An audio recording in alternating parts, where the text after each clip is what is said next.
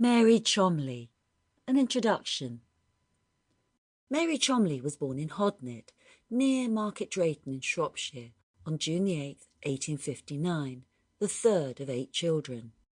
Her father was appointed rector in 1874, in succession to his father.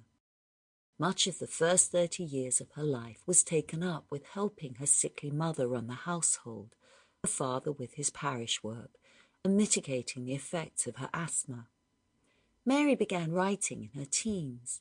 She wrote in her journal in 1877, "What a pleasure and interest it would be to me in life to write books.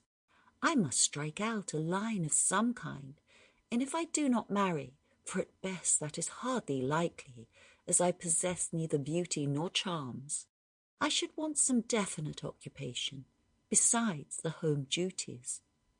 Mary began by publishing her stories in the Graphic, and her first novel, The Danvers Jewels, a detective story, followed in 1887. Thereafter came, amongst others, Sir Charles Danvers, 1889, and Diana Tempest, 1893. After her father retired in 1896, she moved with him and her sister Diana to Condover Hall, before a move to Albert Gate Mansions in Knightsbridge, London. Mary wrote the bestseller Red Pottage in 1899. It satirised religious hypocrisy and the conceit of country life.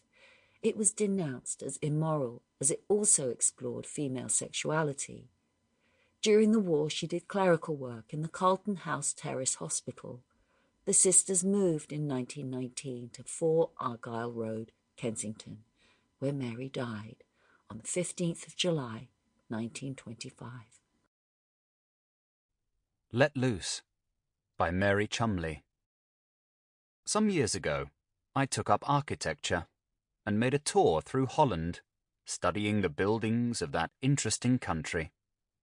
I was not then aware that it is not enough to take up art. Art must take you up too. I never doubted but that my passing enthusiasm for her would be returned. When I discovered that she was a stern mistress who did not immediately respond to my attentions, I naturally transferred them to another shrine.